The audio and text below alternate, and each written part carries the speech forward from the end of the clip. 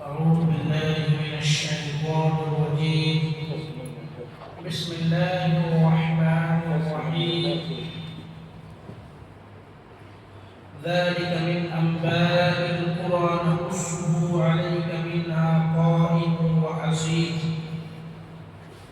اللہ تبارک و تعالیٰ نے اس آیت کریمہ میں نبی کریم صلی اللہ علیہ وسلم کو مخاطب کر کے فرمایا، اے پیغمبر، ہم نے جو اور دیگر انبیاء کی جو خبریں سنائی ہیں، دیگر قوموں کی جو حالات ہم نے آپ کو بتائے ہیں، ذالک من انباء القرى، یہ بعض بستیوں کی خبریں ہیں جنہیں ہم آپ کو بیان کر رہے ہیں، منہا قائم و حصید، ان میں سے بعض تو اب بھی موجود ہے اور بعض ایسے ہیں جیسے فصل کٹ جاتی ہے ویسے ہی بعض کو مٹا دیا گیا اس روئے زمین سے، اس ہستی سے۔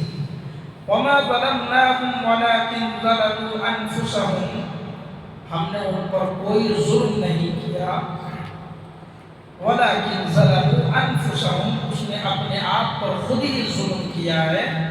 فَمَا أَغْنَتْ عَنْهُمْ آلِهَتُهُمُ الَّتِي يَدْعُونَ مِن دُونِ اللَّهِ مِن شَيْءٍ لَمَّا جَاءَ أَمْرُ رَبِّكَ، اور انہیں ان کے معبودوں نے کوئی فائدہ نہیں پہنچایا جنہیں وہ اللہ کے علاوہ پکارا کرتے تھے کچھ بھی، لما جاء امر ربک، جب تیرے رب کا عذاب آیا۔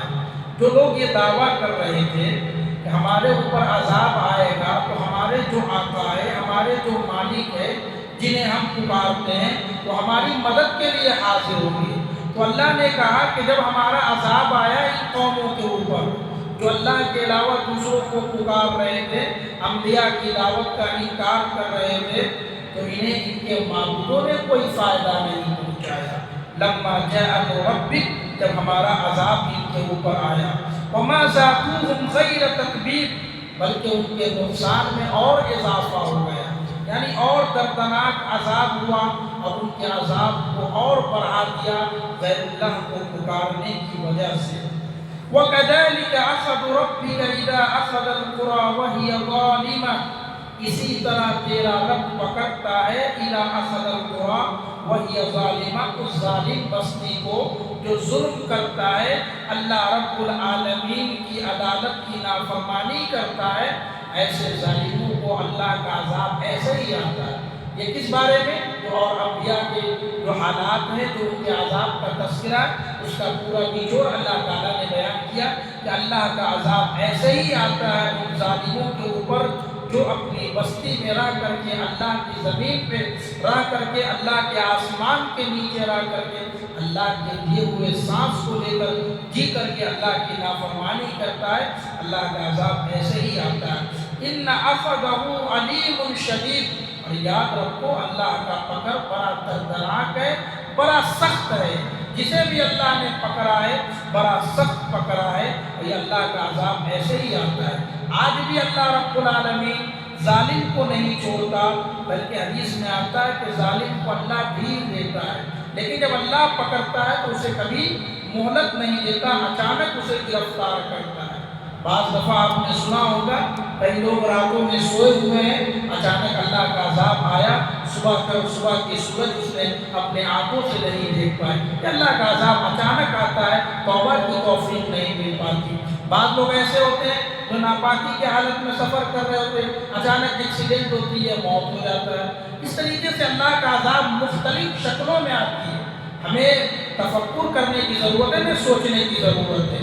ان فی ذلک لآیہ، یقیناً اس میں ان لوگوں کے لیے نشانی ہے، عبرت ہے، لمن خاف عذاب الآخرہ، جو آخرت کے عذاب سے ڈرتے ہیں۔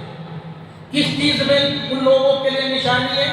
جو انبیاء کی حالات بیان کیے گئے گزشتہ دروس کے اندر، ان کے اندر ان لوگوں کے لیے نشانی ہے، لمن خاف عذاب الآخرہ، جو آخرت سے ڈرنے والے ہیں۔ ذلک یوم مجموع لہ الناس وذلک یوم مشہود، وہ دن ہوگا جس دن تمام کے تمام لوگ جمع ہوں گے۔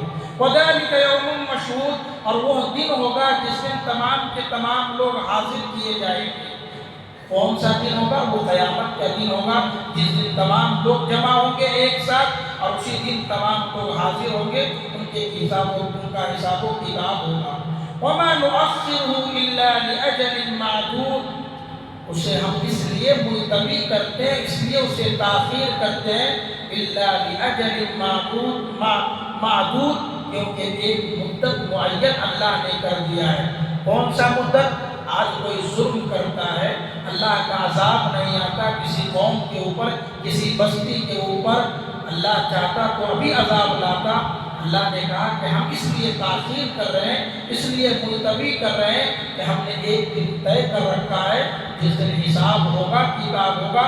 لِأَجَلٍ مَّعْدُودٍ، اس معین مدت کا انتظار ہے، جس دن اللہ کا فیصلہ ہوگا اس دن اس کا حساب ہوگا۔ یعنی قیامت کا دن طے ہے، یہ قیامت کا دن جب ہوگا تب ان کا حساب ہوگا۔ یوم یأتی لا تکلم نفس الا بإذنہ، جس دن کوئی انسان یہ جرت نہیں کر سکتا کہ وہ اس کی اجازت کے بغیر اللہ سے بات کر لے، اللہ رب العالمین کی بارگاہ میں وہ اپنی زبان کو کھول لے۔ یوم یأتی، جس دن وہ دن آ جائے گا، لا تکلم نفس، کوئی نفس کلام نہیں کر سکتا، کوئی نفس کسی سے بات نہیں کر سکتا، الا بإذن، مگر اس کی اجازت سے۔ یعنی اللہ جس کو اجازت دے گا وہی بات کرے گا۔ حدیث میں آتا ہے کہ صرف انبیاء اللہ سے بات کریں گے، اور بعض انبیاء کے بارے میں حدیث میں بھی آتا ہے کہ وہ انبیاء ڈر رہے ہوں گے، خوف کھا رہے ہوں گے، ہم بات نہیں کریں گے، ہم بھی گناہ گار ہیں، ہم سے بھی خطا ہوئی ہے، سب محمد صلی اللہ علیہ وسلم کے پاس لوگوں کو بھیج دیں گے۔ تو اللہ کی اجازت کے بغیر اللہ کی بارگاہ میں قیامت کے دن کوئی اپنی زبان کو کھول نہیں سکتا۔ فَمِنْهُمْ شَفِيٌّ وَسَعِيدٌ، وہ دن ایسا دن ہوگا کہ انہی میں سے کچھ لوگوں کے لیے بدبختی ہوگی اور کچھ لوگ نیک بخت بھی ہوں گے۔ قیامت کا دن ایسا دن ہوگا جس میں کچھ لوگ نیک بھی ہوں گے، کچھ بدبخت لوگ بھی ہوں گے۔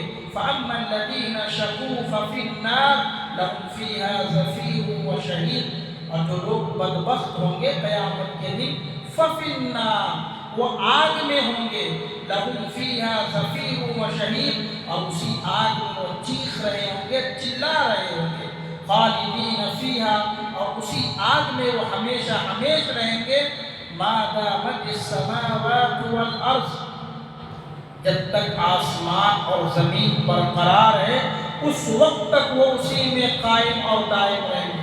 اچھا، قیامت کے دن یہاں اللہ نے کہا کہ جیسے آسمان اور زمین قائم ہے، دائم ہے، ویسے ہی وہ ہمیشہ جہنم میں رہیں گے۔ یاد رکھو، یہ جو دنیا کا آسمان اور یہ زمین قیامت کے دن نشت و نابود ہو جائیں گے۔ ایک آسمان ہوگا، ایک زمین ہوگا، جو اس آسمان اور زمین کے ختم ہونے کے بعد اللہ رب العالمین اس کو بنائے گا، وہ آسمان باقی رہے گا۔ سورہ ابراہیم 48 نمبر کی آیت میں اللہ نے کہا یوم تبدل الارض غیر الارض والسماوات، اس زمین اور اس آسمان کے علاوہ بھی اللہ تعالیٰ قیامت کے دن ایک زمین اور آسمان قائم کرے گا، اور وہ آسمان اور زمین کبھی فنا نہ ہوگی، وہ آسمان اور زمین کبھی ختم نہ ہوگی۔ تو جیسے وہ آسمان اور زمین کبھی ختم نہ ہوگی، ویسے ہی جو بدبخت ہوں گے وہ جہنم سے نکل نہیں سکتے، الا ما شاء ربک، تیرا رب چاہے گا تو نکل سکتا ہے، اللہ چاہے گا تو نکل سکتا ہے۔ ان ربک فعال لما یرید، یقیناً تیرا رب جو کچھ چاہے کر گزرتا ہے، وہ اسی کی مشیت سے ہوتی ہے، اسی کی چاہت سے ہوتی ہے۔ یعنی جس دن اللہ رب العالمین قیامت کے دن جس کے اوپر شفقت کی نگاہ سے دیکھے گا، جس کے اوپر رحمت کی نگاہ سے دیکھے گا، اللہ رب العالمین اسے جہنم سے نجات دے دے گا۔ اللہ تعالیٰ سے دعا ہے رب العالمین ہم سب کو ان پہلی باتوں پر عمل کرنے